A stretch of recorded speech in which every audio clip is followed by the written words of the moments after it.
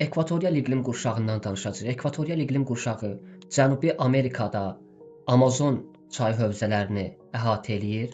Afrika ərazisində Qvineya körfəzi sahillərini, Konqo hövzəsini əhatə eləyir. Amma Konqo çayının mənsəbi ekvatorialda deyil, Niger çayının mənsəbi isə ekvatoriala düşür.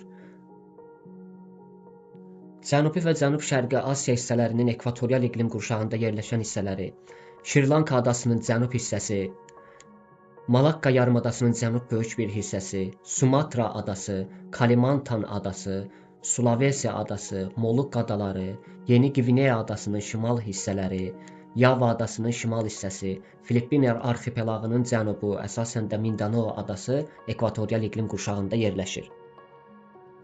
Siyasi xəritə üzrə baxdığımız zaman Cənubi Amerika materikindən daha çox Braziliyanın ərazisi ekvatorial iqlimə düşür.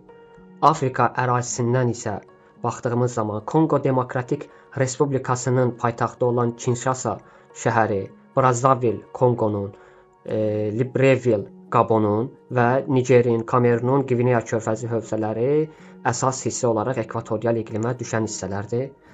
Cənubi Asiyadan Şri-Lankanın cənub hissələri, Malayziya, Cənub-Şərqi Asiyadan Malayziya, İndoneziya ərazisi, sonra burada kiçik ada dövləti olan Sinqapur, Bruneyin ərazisi, Papua Yeni Qvineyanın şimal hissələri, Filippinin isə cənub hissələri burada yerləşir.